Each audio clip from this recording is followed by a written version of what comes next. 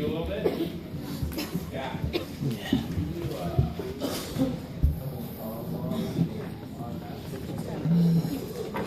Talk to me afterwards.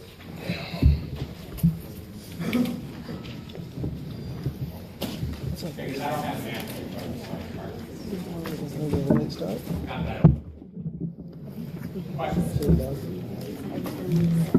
Okay, so let's review a little bit. And the rest of the time Yeah, that was just chapter 12. I'm gonna have to watch this video tonight because I've been putting my focus on studying for biology stuff, and now I read that paper that's here at midnight. Like I didn't get home for Thanksgiving. You didn't go home?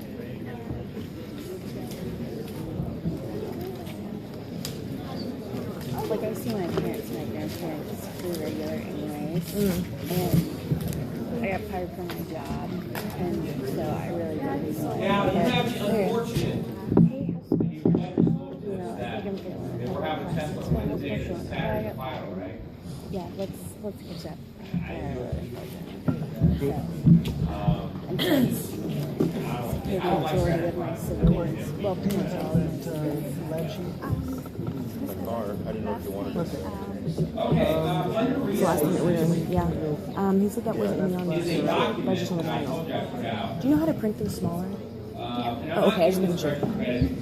Yeah, anything that he didn't. But this is a really good study tool. It's not Stuff that's going to be on the final in chapter 10. Yeah. No, he said he would do the review for the test. No. The test All on of you, Wednesday, it right? really matters. Yes. We'll do CO2 here. Okay. And I'm going to fill in all The the only questions time that for CO2. talked to me is when they went through No, the you got to go. This is a really good study. You got the solutions there. All right, I'm going to turn on some lights. I'm going to have to record it this time. Stuff, once again, is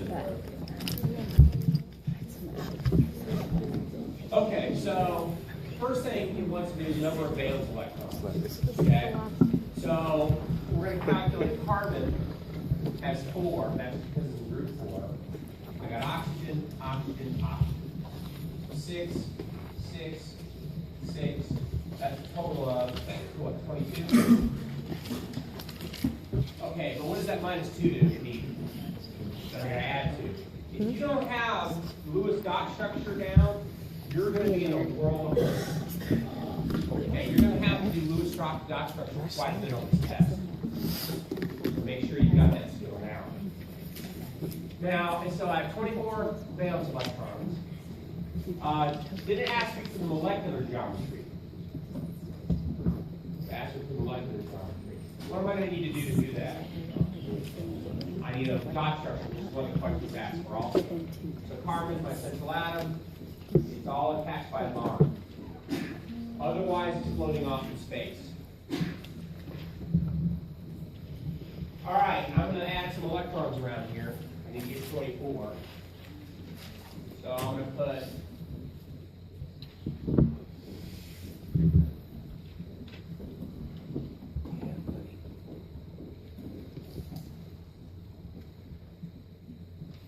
if each of those oxygens had 8 around it, that'd be 24.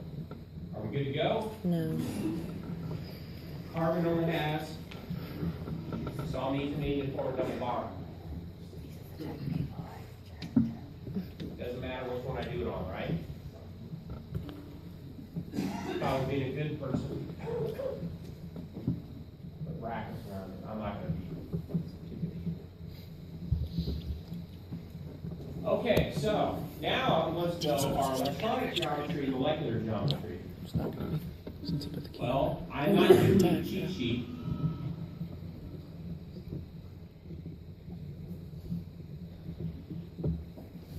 But I will show it to you. Teach you with it. If you don't get it. Okay, so here's our cheat sheet. What is the electronic geometry? Trigonal planar.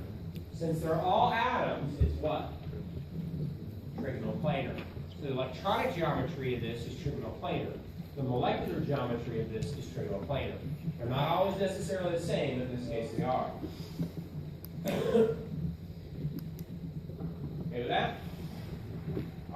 somewhere on there it asks you the bond angle. What's the idealized bond angle? 120. You need to know your bond angles. Okay? So 120, 109.5, 90, 120, and 90. You need to know those, the idealized. I'm asking you, if they were all atoms, what would be their bond angle? Then it asks us for the number of bonding pairs. How many bonding pairs does this thing have? Pairs. Is this a bonding pair? So 1, 2, 3, 4. There's 4 bonding pairs. How many non-bonding pairs does it have? 4 lone pairs. 1, 2, 3, 4, 5, 6, 7, 8. That is 8 non-bonding pairs. Okay with that? Yeah. Okay. What else, guys?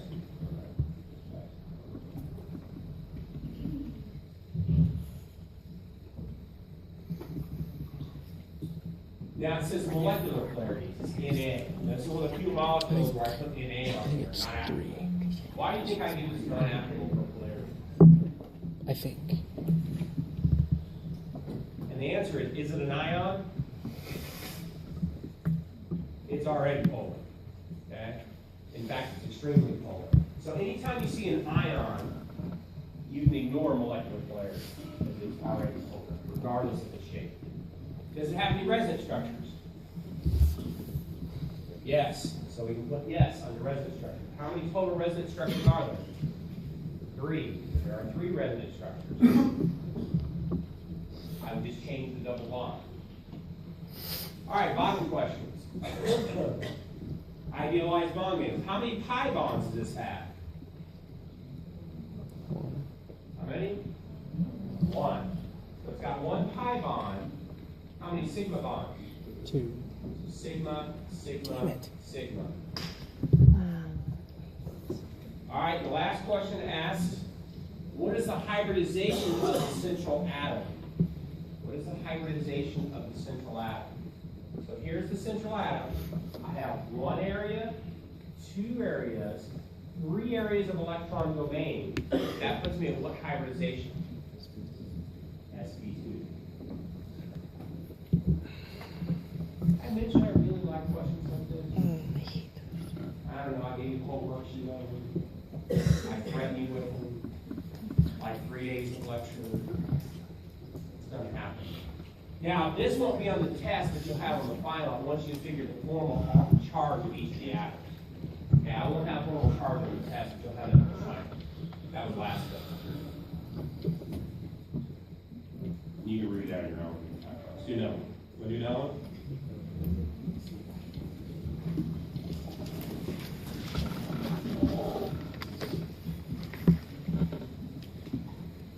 All right.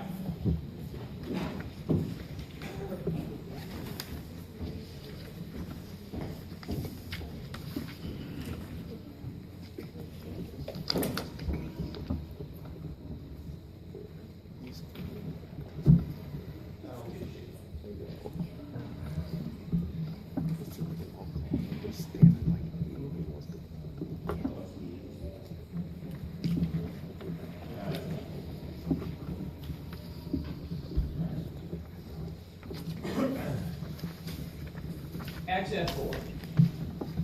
All right, first thing it lists is valence electrons. So I've got Fe, which has 8, fluorine, each has 7. There are 4 of them, that's 28. That's a total of 36 electrons.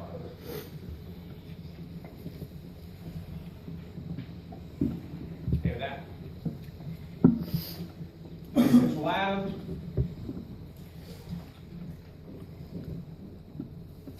Going to each be attached by, doesn't matter where you put these at. Each going to be attached by a bond, otherwise splitting off in space.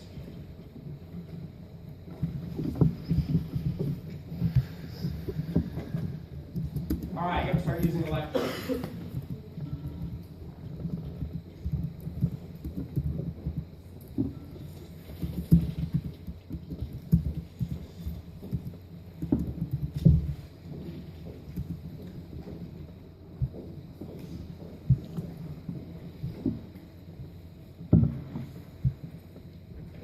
those had 8 around them? That'd be a total of 32, right? How many do I need to use though?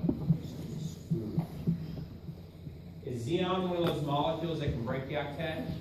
If you're third period or lower, you can break the octet and kind of expand it. So where are these extra electrons going to go? It's in flat. There's 36. Okay, so next question is asked is for the molecular and electronic geometry.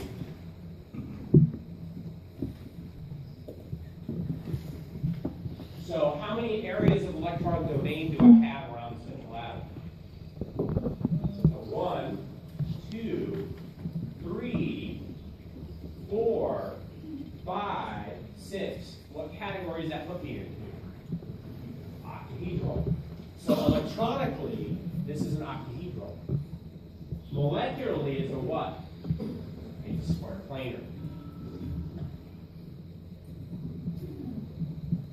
What are the bond angles? Idealized. 90 degrees, whatever this one is. I only want the idealized, so 90-degree bond angle. How many bonding pairs does it have? 1, 2, 3, 4. So that's 4 bonding pairs. How many non-bonding?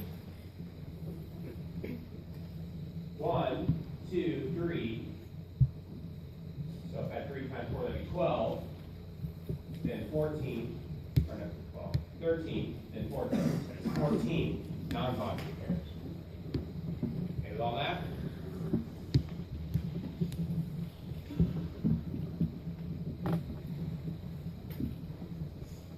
All right. Oh, I heard bond polarity. You know that. Also, bond polarity. This is our bond. Is that a ionic bond? So is a polar covalent bond or a non-polar covalent bond? Now this won't be on this test. This is the last test. Are the atoms the same on both sides? No. Is it a carbon-hydrogen bond? No. Therefore, this is a polar covalent bond. Better know that. You're going to have that on file. All right, and finally, does the resonance structures the same? No resonance structures. All right, down the bottom, how many pi bonds does it have? 0. It has no double bonds. How many sigma bonds does it have? 4. It's got a sigma bond here, sigma bond here, sigma bond here, sigma bond here. What is the hybridization of the central atom? It has 1 area, 2 areas, 3 areas, 4 areas, 5 areas, 6 areas. So that would be an S, P1, P2, P3, then what? D1, D2. So this is an sp3, D2 hybridization.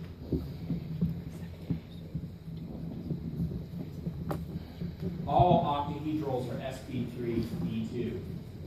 If you had to figure that out, if you look back here, you're an sp3, D2, sp3b, sp3, sp2, sp.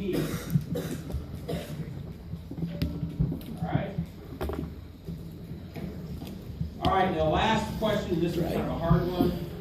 It's good for your brain though. What is the polarity of this molecule? Now before you answer that, I want you to look at its shape. Does it evenly distribute the electron cloud? Is it symmetrical? And the answer is yes. This is a nonpolar molecule. I don't know if I give one this hard.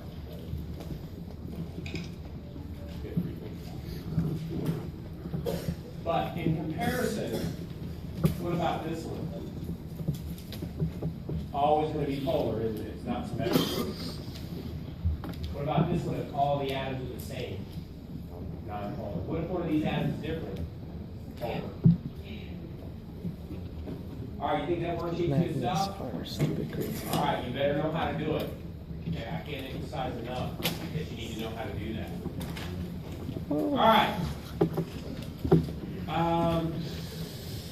The other thing we had with hybridization, let me go ahead and cover that.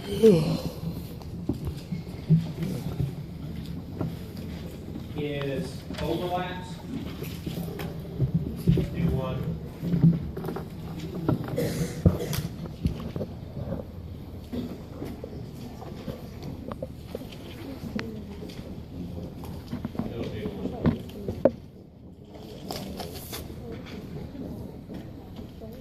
Okay, let's do all the orbital overlaps for this molecule. All the overlaps for this molecule. First thing you want to do is take the central atoms and assign hybridization. The first thing you do is take the central atoms and assign hybridization. What kind of hybridization is for this carbon? SP, right? It has two areas. It's got one here, and it's got one here. That's SP. What about this one? SP also. What about this one? SP3. What about this one? SP3. 1, 2, 3, and it's got another one here. That's also SP3. All right, now we're ready to assign overlaps. Okay, so here, what kind of orbital does an H have? An S. So this sigma bond here is going to be an S to an SP overlap. Now there's some sigma bonds here, and there's some pi bonds. What are all pi bonds? Heat overlaps. Let's do sigma bond. Now there's an SP right here, an SP. This is an SP to SP overlap. Double or triple bonds are pi, the other ones are going to be whatever hybridization or orbital's there. All right, let's do this one. Only a sigma bond exists here. This is an SP to SP3.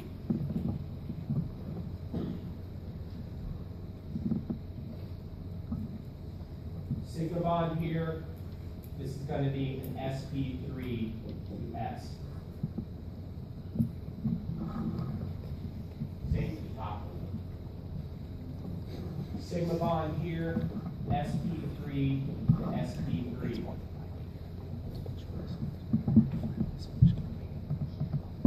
And then finally, SP3 to S.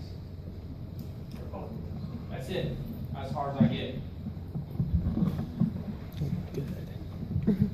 Now, I have some questions on the practice test I get some feedback on real quick.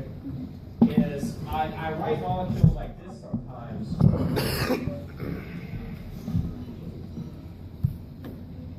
Is there no bonds there? There has to be bonds, otherwise what?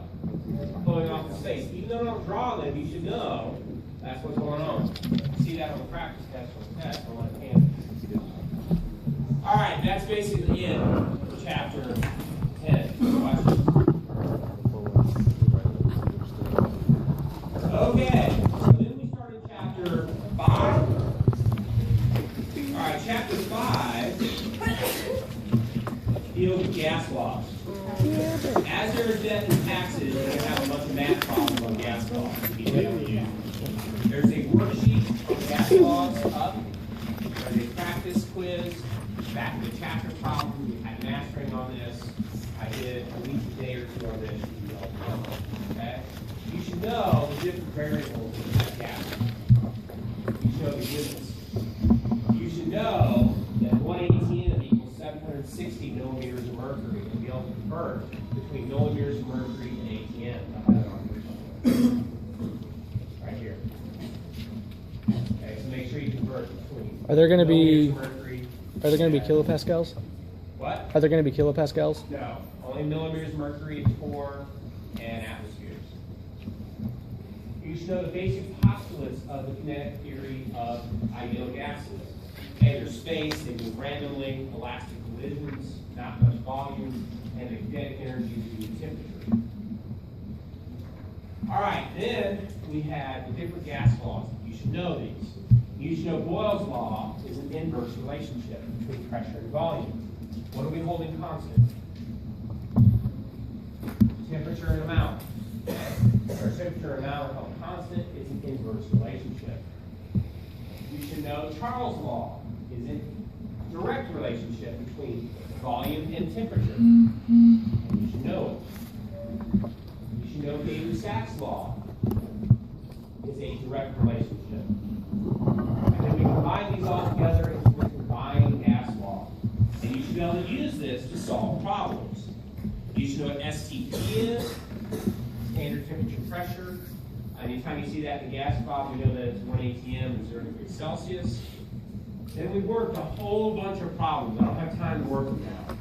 But you need to be able to use Boyle's law, Charles' law, and Gay-Lussac's law. And there'll at least be 2 or 3 of these on the test. What's the things you have to pay attention to when you're using these, the combined gas law? Units. Units, units, units, units. What's the only rule you have? There's 2 rules you have. Cannot use Celsius. Thou shalt not use Celsius ever. Always convert to Kelvin. And make sure your units are the same on both sides when you start. All right, so make sure you use combined. Then we got to, I don't have Avogadro on there. And then we have P equals RT. It's going to happen. Okay, you're going to at least have 1 to 2 questions that have P equals RT. I will give you the R value and the units of R value. Okay? When you use the R value, your units must be atmospheres, liters, moles, and Kelvin. If they're not, you're wrong. Do you think I'll change units up? I tell you. I don't want to tell you. All right, it's going to happen. All right, and then you will eventually have, as there is death and taxes, you will have a gas law stoichiometry problem on there. You will have a gas law stoichiometry problem. So make sure you get, there's a whole worksheet. Okay? There's a bunch in the back of your chapter you have to do this for. Make sure you can do it, and at least you have one gas law stoichiometry. All right. This is a different PowerPoint. That's it. That's basically chapter 5. Not much there, really, right? It's just a couple problems, types, and things. And then finally, we have time.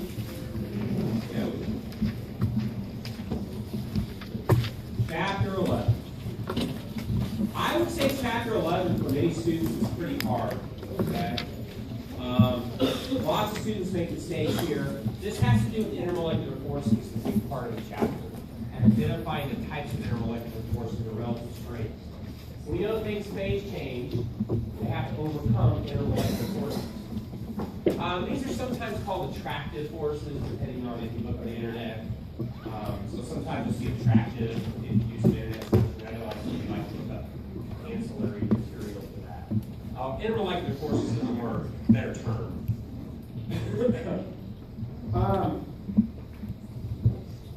So in this, we study the different types of intermolecular forces. We know that the stronger, the more polar the compounds are, the stronger the intermolecular force. The more polarity, the stronger the intermolecular force. The more dipole, the stronger the intermolecular force. Then we talked about different types of intermolecular forces. I didn't talk about these, ionic and Malone. Ion dipole are going to happen when you take like salts and throw them in water, so they're pretty easy to see. Stuff like sodium chloride in water. Ionic, metal, non-metal. Then we have hydrogen bonding, which is a special case of dipole-dipole. If you have hydrogen bonding, you automatically have dipole-dipole. And everything has London or dispersion forces. Then what we did is we took some time and we learned to identify the different types of intermolecular forces. So if I give you molecules like these, you should be be able to identify all the intermolecular forces that are there and the strongest ones. So for example, here, do we have ionic? No. Do we have hydrogen bonding? Yes, hydrogen bonding has to happen with a hydrogen attached to a nitrogen, oxygen, fluorine. So there's hydrogen bonding. Is there dipole-dipole? Yes. Is there dispersion forces? Yes. So make sure you can identify the different types of intermolecular forces. The higher the intermolecular force, the higher the Boiling point if they have similar molar masses. So their molar masses are the same or similar, they have higher molecular force means higher boiling point. Also the higher the surface tension. And also the higher the viscosity. And then finally we have vapor pressure. The higher the intermolecular force, the lower the vapor pressure. Then we decided between intermolecular forces. Now pay attention to this one. So this one is ionic and this is dipole-dipole. So this one has higher boiling point. What if they have the same intermolecular force? What do you go by? Molar mass. So same intermolecular force, go by molar mass. What if they have the same molar mass and same intermolecular force? You go by surface area, and the more linear it is, the more surface area it has. So remember those little rules. And we also had, I know I'm going fast, I have to look through stuff. We also had heating curves. Make sure you know what triple points are, what they are, triple points, label solid, liquids, gases, know what vaporization is, fusion. And then we talked about heating cooling curves and exothermic and endothermic processes. All right, there's another review. Questions? Nope. All right, I'll see you Tuesday for our last test.